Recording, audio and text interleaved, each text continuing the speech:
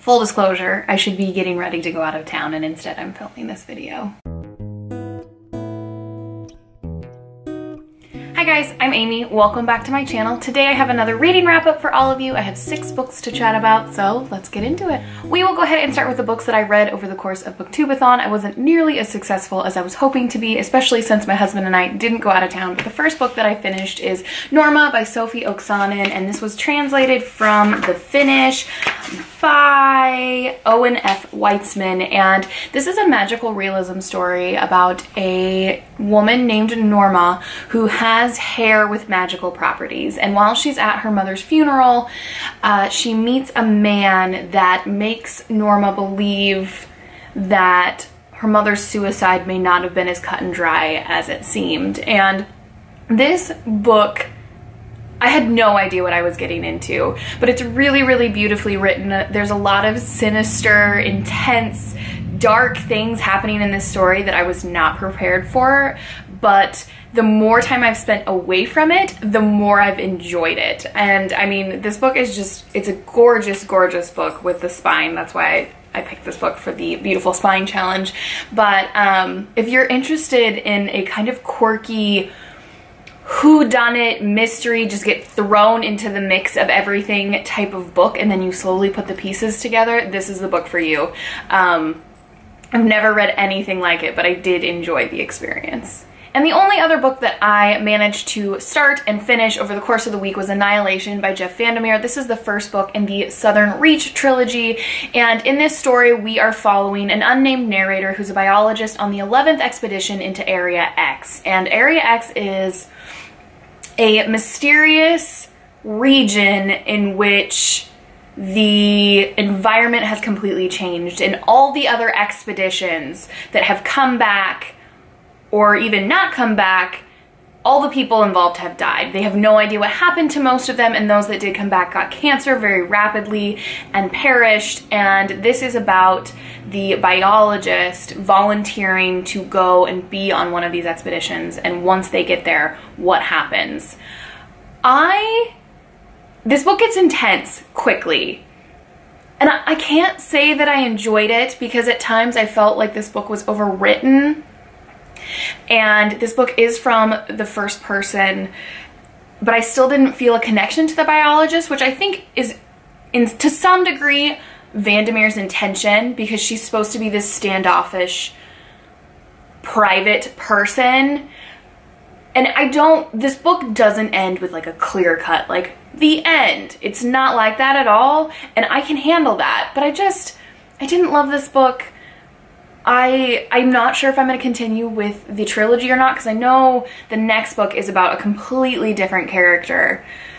But yeah, if you guys have read this book, please let me know what your thoughts are. I'm still processing it. I have to say, the more time I've spent away from it, I think I've disliked it less, but I still don't love it. And I don't even know if I liked it, if that makes sense. That's a really terrible review, but that's all I got on this one, guys. I also did a reread this month, and that is Harry Potter and the Chamber of Secrets by J.K. Rowling. This is the gorgeous 20th edition Bloomsbury Hufflepuff edition. Yes, ladies and gentlemen, shockingly, I am a Hufflepuff.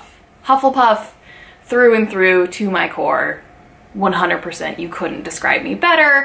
And it has these gorgeous sprayed edges and special content in it as well. I don't know if I've ever actually technically reread this second one, because I would have always told you growing up that this was my least favorite. But I really enjoyed it this time around, and I'm not going to go into the plot because I think literally we all know what it is. But so excited to be collecting these beautiful editions. I'm also collecting my husband's Slytherin editions. Yes, we are a Hufflepuff Slytherin combination. And we are unstoppable, you guys. Unstoppable. This next book I just finished last night. Less than 12 hours ago. And I should probably wait to talk about it, but this book has completely baffled me. And that is the first book of Calamity Leak by Paula Lichtarowicz. We're gonna go with Lichtarowicz. And this book is about Calamity Leak, who is a young woman, young girl, teenager, I would say. It's never exactly clear how old she is. And she is living in this compound with all of her sisters who you know are not her biological sisters, and they have an auntie and a mother, and they live a very, very sheltered, to say the least, life in which they've never seen the outside world. They live by this appendix that's been written by their auntie that is their Bible and how they live their lives. And Calamity is the chosen one of Auntie. She's the favorite. She gets to have tea with Auntie, and Auntie confides in her and uses Calamity as a way to learn what's going on with the other sisters. And this book has cultish vibes, and you very quickly figure out, as a reader, you're never told this directly, that these girls in this compound don't have any idea what the real world is like, and they may not even be there under legal circumstances. This book has a lot of commentary on the patriarchy and what it means to be female versus male, and beauty. There's a lot on beauty, but it's then has this really interesting dichotomy where these girls are pressured to keep themselves pristine and be beautiful and be perfect, but there's all this discussion in language that is very primal and very basic and involves a lot of discussions about like basic body functions and the facts of life, like that you have to butcher your meat and that type of thing. So this book was one of those books that I can't say that I'd recommend it to you. I'm like I said, guys, I'm baffled. I wouldn't recommend it, but I couldn't stop reading it. I don't think it's wonderfully written. I think the character development is minimal. It definitely didn't end how I wanted it to, but like I said, the book doesn't have to for me to enjoy it. I have no idea what I think about this book, to be honest with you all. I had no idea what I was getting into, and if you have read this book, please, please, we need to chat about it, because I have got to sort through these thoughts. I also have a very happy husband because I picked up The Book Thief by Marcus Zuzak this month. He read this book on audiobook about 6 months ago and has been gushing about it ever since and begging me to read it. This book follows Liesl Memminger, who is a foster daughter, and in the very beginning she loses her brother and her mother leaves her with her foster parents, and this is about her trying to get just a grasp on life. And there is this huge undertone of reading and writing and books and the written word that I really, really enjoyed. There are characters like Papa and Max who they're just very near and dear to my heart. I mean, the characters in this book are really, really good. And hopefully this isn't a spoiler because I feel like you figure this out very, very quickly. This book is narrated by Death, and it happens during World War II. I don't think I mentioned that. So I loved all of these aspects. Marcus Zuzak has a wonderful writing style. The discussion of color, Death's kind of wry sense of humor I found really, really enjoyable. But for some reason, I never felt like I connected to this text, which was really disappointing. I still think I gave it a 4 out of 5 star rating because it's a good book. And the fact that it's YA, which I didn't realize until I was looking through all the awards that it won, it doesn't read like a YA, which I also think is really, really good. But there was something that was missing from this book that I can't put my finger on because there's so many aspects of this book that I just thought were very, very well executed. But if you like historical fiction, books about books, and just living in a time that was not glorious or good for really anybody, I definitely recommend it.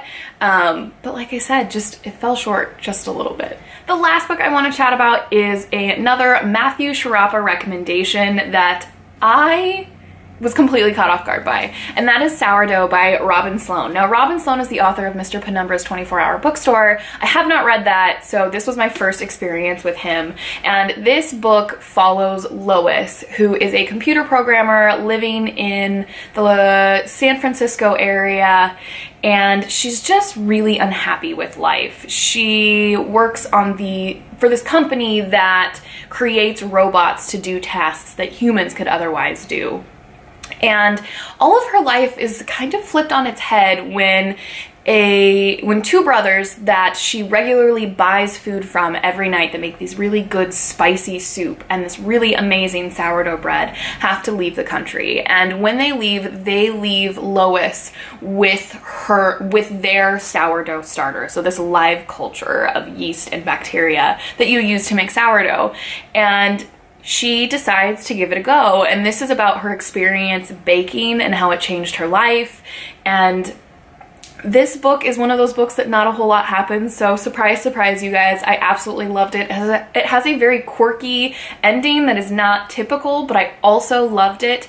This book seems so unassuming, but as you read it, you realize there's so much being discussed about our relationship with technology and our relationship with food and our desire to find new ways of doing things and improving ourselves, but also sticking to what is simple and our general way of life that it's always been.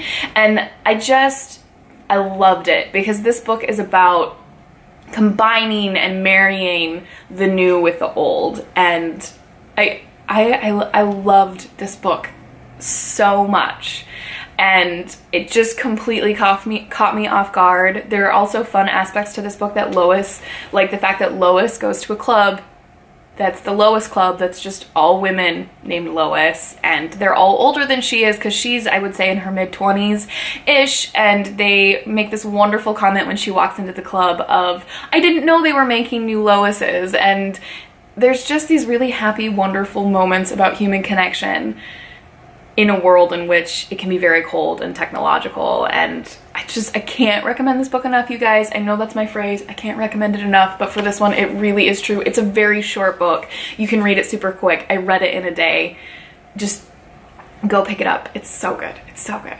There you have it, you guys. There's the next set of books that I got around to reading. Again, I have just, like, as far as how much I liked these books, all over the place on this round. I mean, books that I really, really wanted to love but just fell a little bit short, books that I literally don't know how to process, and books that I just feel meh about, and then a book that I absolutely adore. So, a mixed bag, as always. That's a guarantee that you're gonna find around here. But if you guys have liked this video, please like it. I don't know why I had an awkward pause. And if you loved it, please subscribe, and we'll see you in my next video. Happy reading! And the only other book that oh, there's a hair on my lip.